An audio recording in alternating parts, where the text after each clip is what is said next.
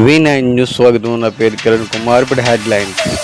తెలుగు శక్తి అధ్యక్షుడు బివి రామ్ క్షేత్రస్థాయి పర్యటన భాగంగా నర్సీపట్నం నిర్మాణంలో ఉన్న వైద్య కళాశాల వెంటనే పూర్తి చేయాలని డిమాండ్ చేస్తున్న తెలుగు శక్తి అధ్యక్షుడు బివి రామ్.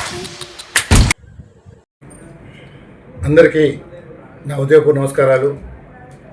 ఈరోజు నర్సీపట్నం క్షేత్రస్థాయిలో ఏదైతే మార్కాపురంలో మెడికల్ కాలేజ్ ఏదైతే గత ప్రభుత్వం 2022 డిసెంబర్లో శంకుస్థాపన చేశారో అది ఎంతవరకు వచ్చింది ఏంటి అని చెప్పి అనకాపల్లి జిల్లాలో పర్యటన భాగంగా నర్సీపట్నం ఎంచుకోవడం జరిగింది.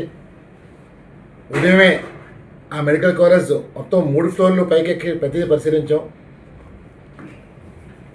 ఒక అద్భుతమైన ఈ ప్రాంతం డెవలప్ అవ్వాల్సిన ఈ ప్రాంతాన్ని ఇలా వెనకబడి చేస్తున్నారంటే మన ప్రభుత్వాన్ని ఏమన్నా నాకు అర్థం కావట్లే. ఆ మెడికల్ కాలేజ్ నిజంగా నిర్మించినట్లయితే ఈ ప్రాంతం దిశ మారి రూపురేఖలు మారిపోతుంది. మరి అలాంటిది ఎందుకు నిర్లక్ష్యం వహిస్తున్నారనేది నేను స్థానిక ఎమ్మెల్యేని ప్రశ్నిస్తున్నాను. ఎందుకంటే ప్రభుత్వాలు ఏమైనా కావచ్చు, వస్తాయి పోతూ ఉంటాయి, కానీ అభివృద్ధి మాత్రం ఎప్పుడూ ఆగకూడదు. అది నిరంతర ప్రక్రియ. మరి దీన్ని ఆపటంలో ఆంతర్యం ఏంటనేది నేను సూటిగా ఈ కూటమి ప్రభుత్వాన్ని ప్రశ్నిస్తున్నాను. ఎందుకంటే మనం చేతనైతే ప్రజలకు మంచి చేయాలి. ఈరోజు ఆ మెడికల్ కాలేజ్ ఆపటం వల్ల ఈ ప్రాంతంలో వచ్చిన నష్టాలు చెప్తాను. ఎందుకంటే అనకాపల్లి జిల్లాలో ఇటువంటి హాస్పిటల్ లేదు. ఏదైతే అనకాపల్లిలో హెడ్ క్వార్టర్లో ఉందో వందపట్ల ఆసుపత్రి, అది పూర్తి ఫెసిలిటీ అక్కడ లేదు. ఏమైనా వస్తే రికమెండేషన్ వైజాగ్ కేజీ రిఫర్ చేస్తున్నారు. ఇది అభివృద్ధి అడుగుతున్నాను. ఈరోజు నర్సీపట్నం నుంచి విశాఖపట్నం వెళ్ళాలంటే దగ్గర 95-100 కిలోమీటర్ల దూరంలో కేజీహెచ్కి వెళ్ళి ప్రాణం ఉంటుందో అడుగుతున్నాను. అంటే మీకు ప్రజలుగా చూస్తున్నారా లేకపోతే ఓటర్లుగా చూస్తున్నారా, ఏ రకంగా చూస్తున్నారని నేను కూర్చొని ప్రశ్నిస్తున్నాను. ఈరోజు ఇక్కడి నుంచి అక్కడికి వెళ్ళి ప్రాణం ఉంటుందో అడుగుతున్నాను. ముఖ్యంగా నేను యువ నాయకుడిని లోకేష్ని ప్రశ్నిస్తున్నాను. ఎందుకంటే ప్రాణం చాలా విలువైనది. డబ్బు పోతే సంపాదించుకోవచ్చు, ఒక మనిషి ప్రాణం పోతే తిరిగి తేలేం. మరి బేసిక్ నాలెడ్జ్ కూడా లేకుండా రాజకీయాలు వ్యవహరిస్తారంటే నిజంగా రాజకీయ వ్యవస్థమనే సిగ్గు చేయడం మనం చేస్తాం. ప్రజలు ఈరోజు సామాన్య ప్రజలు పేద బడుగు కోరుకునేది కూడు గూడు విద్య ఆరోగ్యం ఉపాధి అయితే కోరుకుంటున్నారు. అంతమించి వాళ్ళు ఏం కోరుకుంటలేదు. ఈ 5 కూడా ఎవరైనా దౌర్భాగ్య స్థితిలో ప్రభుత్వాలు ఉన్నాయంటే ఇది ఏం చేయాలి అంటే ఈ ప్రజల్ని భగవంతుడే కాపాడాలని చెప్పి మనం చేస్తున్నాం. ఇప్పటికైనా సరే నేను ఒకటే డిమాండ్ చేస్తున్నాను, తక్షణం ఈ నర్సీపట్నం మెడికల్ కాలేజీని ప్రారంభించాలి. ఎందుకంటే అక్కడ స్టీల్ అంతా బ్రహ్మాండంగా ఉంది, ఏం పాడవలేదు. నిజంగా ప్రభుత్వం చిత్తశుద్ధి ఉంటే వెంటనే స్టార్ట్ చేయని చెప్పి తెలిసి డిమాండ్ చేస్తాను. మరి ఆ మెడికల్ కాలేజ్ రావటం వల్ల ఈ చుట్టుపక్కల ప్రాంతాలు డెవలప్ అవుతాయి, వ్యాపారాలు డెవలప్ అవుతాయి, ఇన్ని రకాల అడ్వాంటేజ్లు ఉన్నాయి. ఇన్ని పెట్టుకొని మాకు ఇది గత ప్రభుత్వం చేశారు, క్రెడిట్ వాళ్ళకి వస్తుంది, మాకు రాదు. క్రెడిట్ ఒకటి రావటం ప్రజలు ఓటేసింది పాలించమని చెప్పే తప్ప మీరేమీ ప్రజలకి ఎప్పుడూ మొగుళ్ళు కామని చేస్తారు. మీరు ప్రజా సేవకులు, అది మర్చిపోయి మీరేదో మేము విఐపీలు అని చెప్పి భావిస్తున్నారు. ప్రభుత్వాలు మారినా సరే మీరు ప్రజా సేవకులు వచ్చారు, ఇంకోటికి మాత్రం కాదు.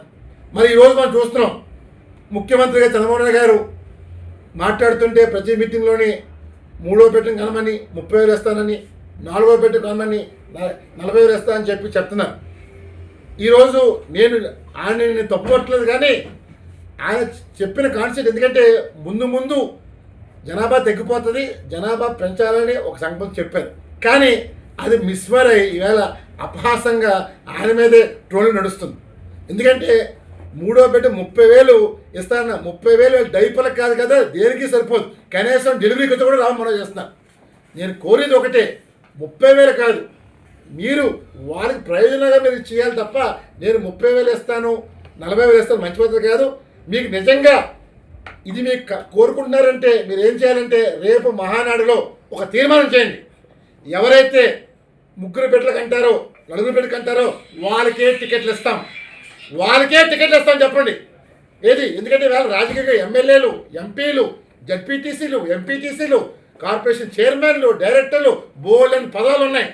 సో మీరు ఒక తీర్మానం పెట్టండి, ముగ్గురు పిల్లల కన్నా వాళ్ళకే నేను టికెట్లు ఇస్తాను ఎవరైనా చెప్పండి, అప్పుడు కంటారు. ఎందుకంటే ఒక్కో పదవి కోసం 10 మంది 20 మంది పోటీ పడుతుంటారు. సో వాళ్ళకున్న అర్హత ఏంటి, ముగ్గురా నలుగురు అయితే ఆటోమేటిక్ ఇచ్చేసేయండి, ముగ్గురు అయితే పోటీ పడతారు, సెలెక్ట్ చేసేవ్వండి. అంటే ఇది ఒక విజనరీగా రావాల్సిందంటే మార్పు మొదలవుతుంది. అంతేగాని నేను 30,000 ఇస్తాను 40,000 ఇస్తానని అది అపహాసం తప్ప ప్రజలు నవ్వుకుంటున్నారు. దయచేసి నిజంగా చంద్రబాబు నాయుడికి చిత్తశుద్ధి ఉంటే రేపు మహానాడు తీర్మానం చేసి నేను రేపు భవిష్యత్తులో టికెట్లు ముగ్గురు పిల్లలు నలుగురు పిల్లలకి టికెట్లు ఇస్తాను తప్ప మిగతా వాళ్ళకి ఎవరైనా చెప్పగలని అడుగుతున్నాను. ముందు మనం ఆచరించి అప్పుడు ప్రజల మీద రుద్దితే ప్రజలు విశ్వసిస్తారు. అంతేగాని ఏదో రాజకీయంగా మనం పబ్బం కట్టుకుందంటే మాత్రం ప్రజలు హర్షించరు, అసహ్యంగా మనం చేస్తారు. దయచేసి ఈ మైండ్ సెట్ని ముందు మనం ఇంప్లిమెంట్ చేస్తే రానున్న రోజుల్లో మిగతా పార్టీలు కూడా ఆచరిస్తారు. అంతేగాని మన పార్టీకి ఆశ లేనప్పుడు మిగతా వాళ్ళని మనం తిట్టడం తప్పు, ఇది సభకు మనం చేస్తారు. అలాగే ఇవాళ ఇంకోటి కూడా మధ్య నడుస్తుంది. తెలుగుదేశం పార్టీ ముందు ఎన్టీఆర్ వారసుడు ఎవరు అనేది ఒక ప్రశ్న ఇటీవల కాలంలో జనాలు చర్చ నడుస్తుంది. అది జూనియర్ ఎన్టీఆర్, లోకేష్ అని. ఎప్పుడైనా సరే కొడుకు బిడ్డ వారసుడు అవుతారు తప్ప కూతురు బిడ్డ కాదని చెప్పి మనవి చేస్తాను. మరి ఈరోజు డెఫినెట్గా తెలుగుదేశం పార్టీకి మళ్ళీ పునర్వైభవం రావాలన్నా, ముందుకు వెళ్ళాలన్నా అది ఒక జూనియర్ ఎన్టీఆర్తో సాధ్యం. ఈరోజు నేను లోకేష్ని నేను విమర్శించడం కాదు, కానీ క్యాలిబర్ ఈవేళ జనాకర్షణ ప్రజాకర్షణ ఉన్న నాయకుడు, ఉన్న లీడర్ అది ఒక ఎన్టీఆర్. ఎందుకంటే ఇటీవల మనం చూసాం, బెంగళూరు పర్యటన హాస్పిటల్కి వెళ్ళినప్పుడు దారి పొడిన జనాభా పక్క రాష్ట్రంలో కంట్రోల్ చేయలేక పోలీస్ స్టేట్లు ఎత్తేసారు, ఆ పబ్లిక్ని కంట్రోల్ చేయలేక. ఈరోజు తెలుగుదేశం పార్టీ మళ్ళీ తిరిగి అధికారం రావాలన్నా చెయ్యాలన్నా ఇది ఒక జూనియర్ ఎన్టీఆర్తో సాధ్యం. అంత దయచేసి నేను ఒకటే, అంటే నేను రాజకీయాలు మాట్లాడట్లేదు, ప్రజల కోసం ఏదైతే ఎన్టీ రామారావు గారు పార్టీ పెట్టారో ఆశయాలు నిలబెట్టడం కోసం జూనియర్ ఎన్టీఆర్ రాజకీయాలకు రాబోతున్నారు. డెఫినెట్గా జూనియర్ ఎన్టీఆర్తోనే మనం చూసాం తమిళనాడులో ఏదైతే విజయ్ గారు పార్టీ పెట్టి ప్రపంచం సృష్టించారో నిజమైన లీడర్ ఎప్పుడు ఒకడే వస్తాడు. అంతేగాని ఇలా కలుపుకొని ఇంకొకరు తుమ్మితే ఊడిపోయి మనం చేస్తున్న అభివృద్ధి చేయలేం. ఇది వేరే మనం చూసాం. ప్రభుత్వం కూడా అంటే కొన్ని పార్టీలేమో నేను ఊరకం చేస్తానంటున్నాయి, అసలు సిద్ధాంతం లేకుండా ఎవరైనా పార్టీ పెట్టారంటే అధికారం కోసం పెడతారు తప్ప మేము ఊరుకం కోసం పార్టీ పెట్టరు. ఇప్పుడు తెలుగుదేశం పార్టీ అధికారంలో ఉంది కదండి, ఇప్పుడు కొత్త నాయకుడు అవసరం లేదు కదా. ఇదండి ఇప్పుడు ప్రజెంట్ సిచ్యువేషన్లో ఈవేళ కూటమి ప్రభుత్వం పైన జనాల్లో వ్యతిరేకత వచ్చేసింది. ఈవేళ 2 ఏళ్ల పాలనలో ప్రభుత్వం పైన తీవ్ర వ్యతిరేకత ఉంది. అవినీతి తారాస్థాయి జరిగిపోయింది. గత ప్రభుత్వంలో నేను లేదు అని చెప్పట్లేదు, ఉంది. 10 రూపాయలు ఉంటే ఇవాళ 100 రూపాయలు అయింది. గత ప్రభుత్వంలో అధికారులు భయపడ్డారు, ఇవాళ అధికారులు బరితెగించారు. ఇది నాడు నేడు పాలన. దాన్ని ఒకటే కోరుతున్నాను, దయచేసి మన మైండ్ సెట్ మారండి.